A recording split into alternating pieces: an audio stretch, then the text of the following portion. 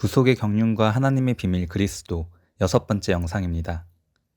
이전 영상에서는 예수를 믿어 그리스도로 거듭난 우리들이 선악과를 어떻게 돌려드려야 하는지에 대해서 살펴보았습니다. 혹시 이전 영상들을 보지 않으신 분들은 영상의 내용들이 계속 연결되기 때문에 이전 영상들을 먼저 보실 것을 추천드립니다.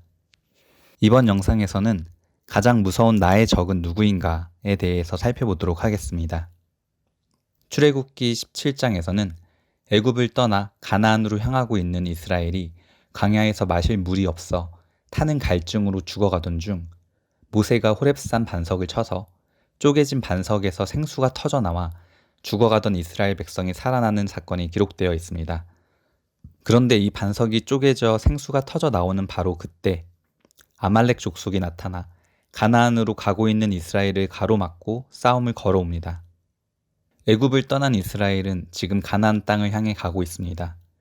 이스라엘이 가나안으로 들어간다는 것의 의미는 첫째로는 여호와 하나님 아버지를 떠난 하나님의 아들들이 다시 하나님께로 돌아오는 것이고, 둘째로는 하나님 말씀을 거역한 인생들이 하나님 말씀 안으로 들어온다는 것을 말합니다. 그런데 바로 그때 아말렉 족속이 나타나 가나안으로 가는 이스라엘을 가로막았습니다. 그때의 아말렉이 와서 이스라엘과 르비딤에서 싸우니라. 하나님의 뜻을 따라 가나안으로 가는 이스라엘을 가로막고 방해하는 아말렉이 나타난 그때가 언제인가요? 갈증으로 죽어가던 이스라엘이 쪼개진 반석에서 솟아나는 생수를 마시고 약속의 땅 가나안을 향해 새롭게 출발하는 바로 그때입니다. 이것은 하나님을 떠나 살던 인생들이 예수님을 믿고 성령으로 거듭나 새 사람으로 살고자 하는 그때 아말렉이 나타난 것입니다. 쪼개진 반석은 대속의 제물로 십자가에 달려 죽으신 예수님을 가리킵니다. 반석에서 터져 나오는 생수는 부활하신 예수께서 승천하신 후 오순절에 강림하신 성령을 가리킵니다. 다 같은 신령한 음료를 마셨으니 이는 저희를 따르는 신령한 반석으로부터 마셨음에 그 반석은 곧 그리스도시라. 명절 끝날 곧 큰 날에 예수께서 서서 외쳐 가라사대 누구든지 목마르거든 내게로 와서 마시라. 나를 믿는 자는 성경의 이름과 같이 그 배에서 생수의 강이 흘러나리라 하시니 이는 그를 믿는 자의 받을 성령을 가리켜 말씀하신 것이라. 또한 쪼개진 반석은 반드시 죽어야 할 첫사람 아담이기도 합니다. 바로 나 자신이 쪼개져야 할 반석입니다. 여자의 후손으로 오신 둘째 사람 예수 그리스도는 첫사람 아담 대신에 십자가에 달려 몸을 찢고 피를 흘려 죽으셨습니다. 반석이 되시는 예수께서 쪼개진 것처럼 우리 믿는 자도 반드시 쪼개져야 합니다.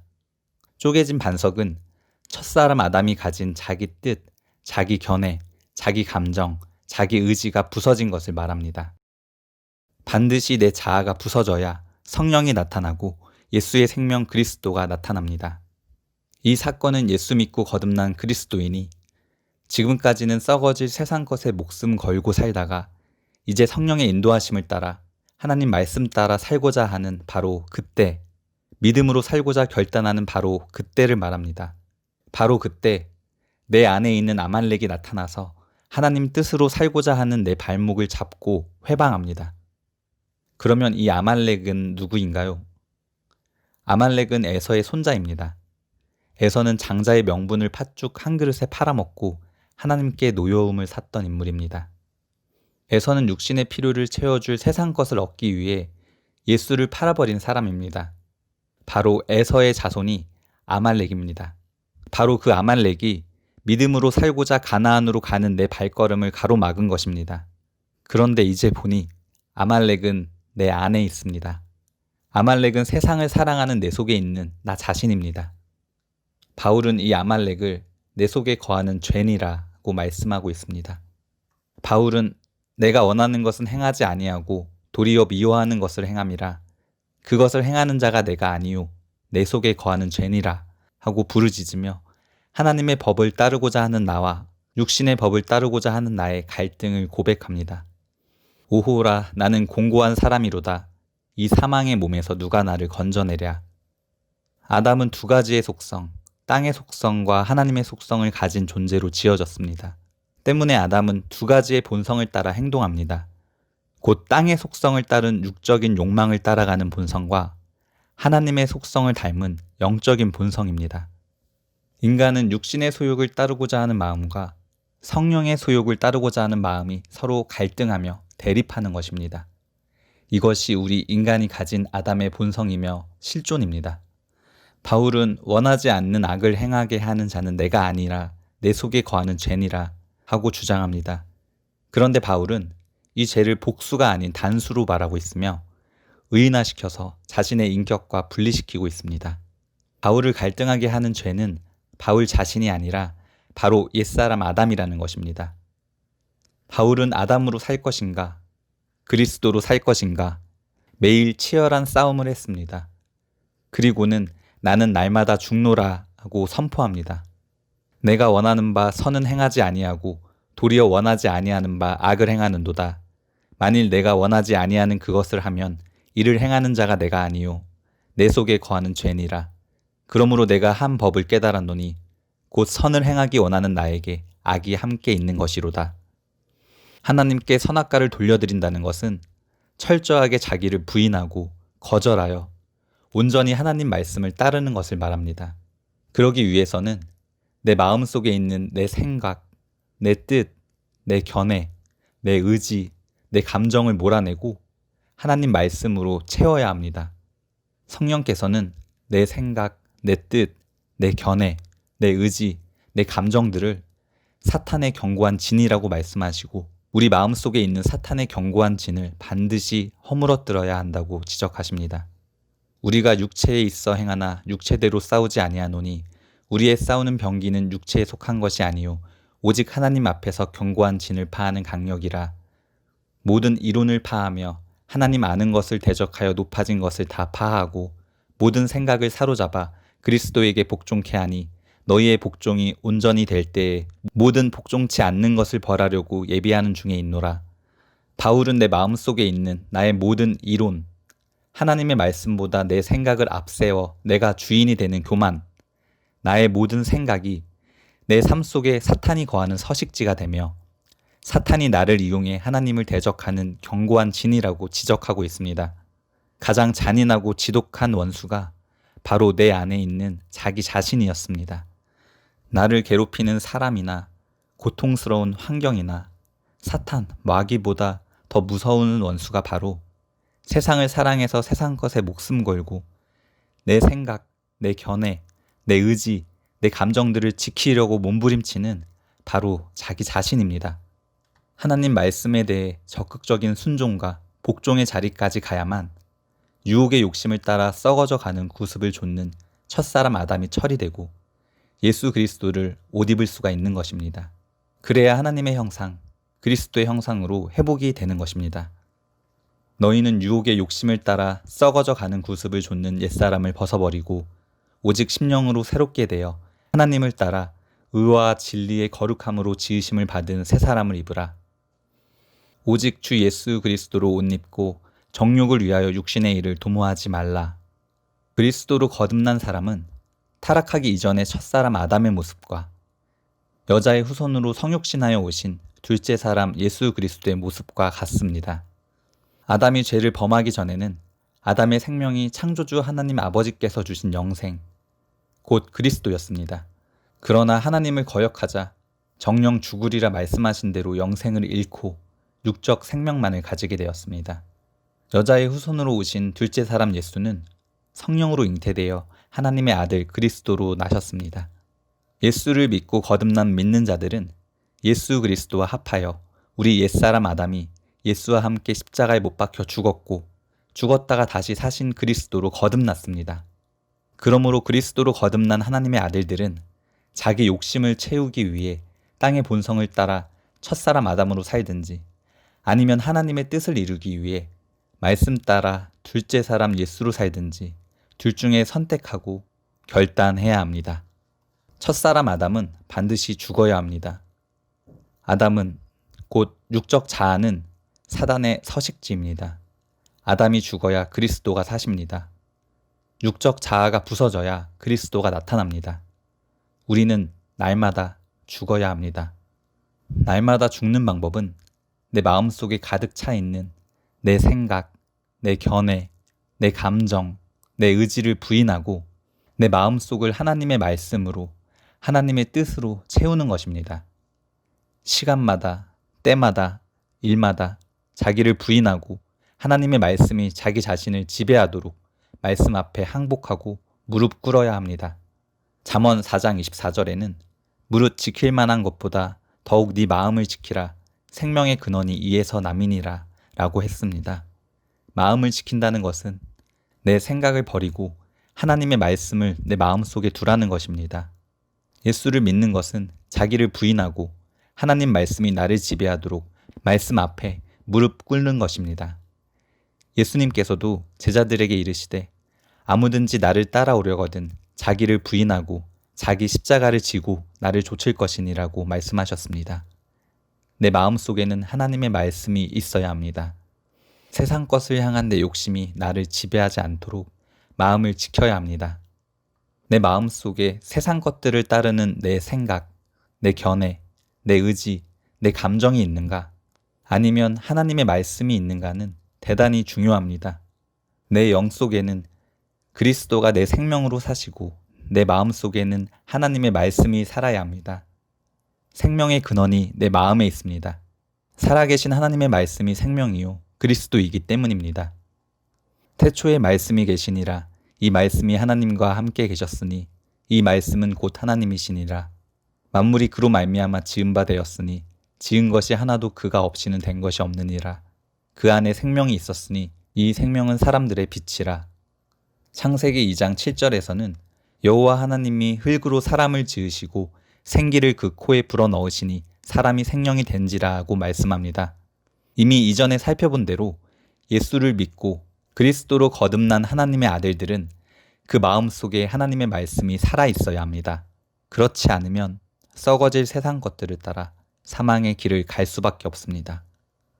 육신을 좇는 자는 육신의 일을, 영을 좇는 자는 영의 일을 생각하나니 육신의 생각은 사망이요 영의 생각은 생명과 평안이니라. 육신의 생각은 하나님과 원수가 되나니 이는 하나님의 법에 굴복치 아니할 뿐 아니라 할 수도 없음이라. 육신에 있는 자들은 하나님을 기쁘시게 할 수 없느니라. 생명의 길을 가는 것은 예수 그리스도와 합하여 자기라는 반석을 쪼개는 것입니다. 반석이 되시는 예수 그리스도께서 십자가에 달려 몸을 찢어 죽으셔야 우리를 구원하시고 성령께서 강림하십니다. 마찬가지로 우리도 또한 쪼개진 반석이 되어야 합니다.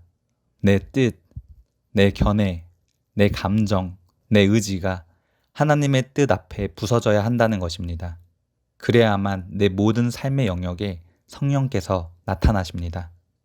사도행전 2장 4절과 4장 8절에 성령의 충만하심을 말할 때 쓰여진 충만의 히브리어 플레도는 무엇의 지배를 받는다, 감화시키다 라는 의미가 있습니다. 성령이 충만하다는 말은 내 안에 성령을 넘쳐 흐르도록 꽉꽉 채워 넣는다는 말이 아닙니다. 내 인격이 성령의 지배를 받는다라는 뜻입니다. 누가복음 4장 1절에서도 예수께서 성령의 충만함을 입어라고 기록하고 있습니다. 여기서 충만함을 입어의 플레레스 역시 같은 의미입니다. 성령께서 예수님을 지배하여 마귀에게 시험을 받게 하시려고 광야로 이끌어 가셨습니다. 요한에게 세례를 받고 나온 예수님을 성령께서 마귀에게 시험 당하지 않도록 지켜주시는 것이 아니라 시험을 당하도록 광야로 이끌어 가십니다. 예수님은 성령께 사로잡혀 마귀에게 시험을 받기 위해 광야로 가셨습니다. 첫사람 아담은 실패한 선악과의 시험을 둘째 사람 마지막 아담 예수께서는 통과하셔야 하기 때문입니다. 하나님의 창조 원리는 하나님의 말씀을 성령께서 이루시는 것입니다. 때문에 성령의 지배를 받는다는 것은 하나님 말씀의 지배를 받는다는 뜻이기도 합니다. 성령 충만은 하나님의 말씀 앞에 철저하게 지배당한 말씀이 충만한 상태, 말씀에 사로잡힌 상태입니다. 첫사람 아담은 반드시 죽어야 합니다. 반석은 반드시 쪼개져야 합니다. 자기를 부인하고 하나님의 말씀이 나를 지배해야 성령께서 나타나십니다. 우리가 이 보배를 질그릇에 가졌으니 이는 능력의 심이 큰 것이 하나님께 있고 우리에게 있지 아니함을 알게 하려 함이라. 우리가 사방으로 우겨쌈을 당하여도 쌓이지 아니하며 답답한 일을 당하여도 낙심하지 아니하며 핍박을 받아도 버림받지 아니하며 거꾸로뜨림을 당하여도 망하지 아니하고 우리가 항상 예수 죽인 것을 몸에 짊어짐은 예수의 생명도 우리 몸에 나타나게 하려 함이라. 우리 산자가 항상 예수를 위하여 죽음에 넘기움은 예수의 생명이 또한 우리 죽을 육체에 나타나게 하려 함이니라. 고린도후서 4장 7절에서는 질그릇인 내가 부서져야 보배 되시는 그리스도가 나타나고 그리스도가 나타나야 하나님의 능력이 흘러나온다고 말씀합니다. 8절 9절에서는 질그릇이 부서지고 그리스도가 나타나면 암담한 현실 속에서도 결국에는 이기는 삶을 살게 됨을 보여주고 있습니다. 10절 11절에서는 우리의 육적 자아가 날마다 죽어야 한다고 말씀하십니다.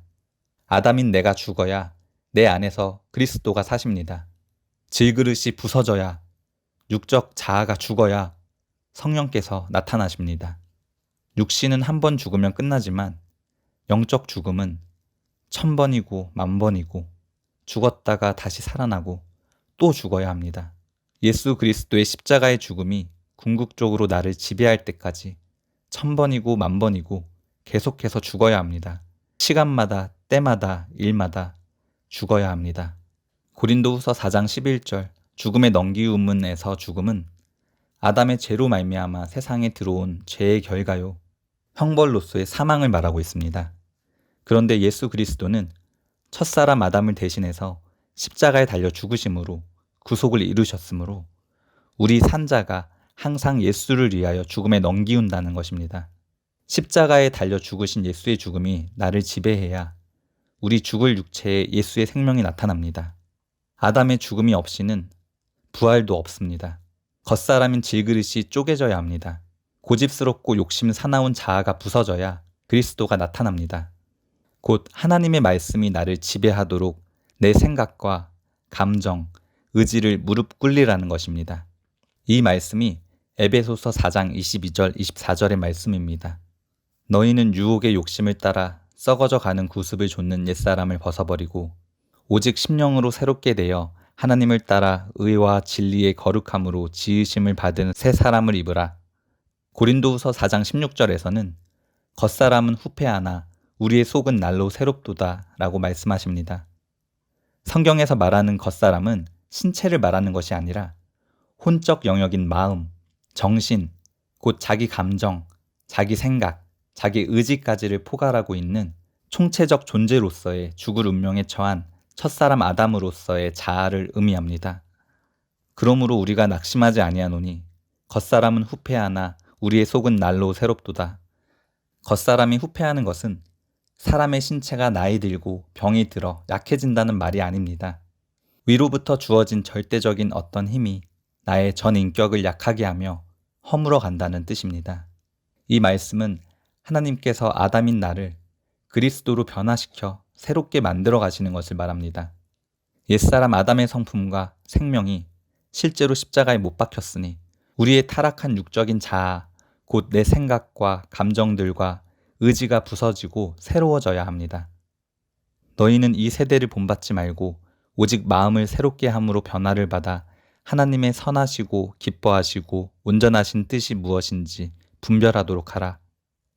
이번 영상에서는 가장 무서운 나의 적이 누구인가에 대해서 살펴보았습니다. 지식을 더하는 것이 믿음은 아닙니다.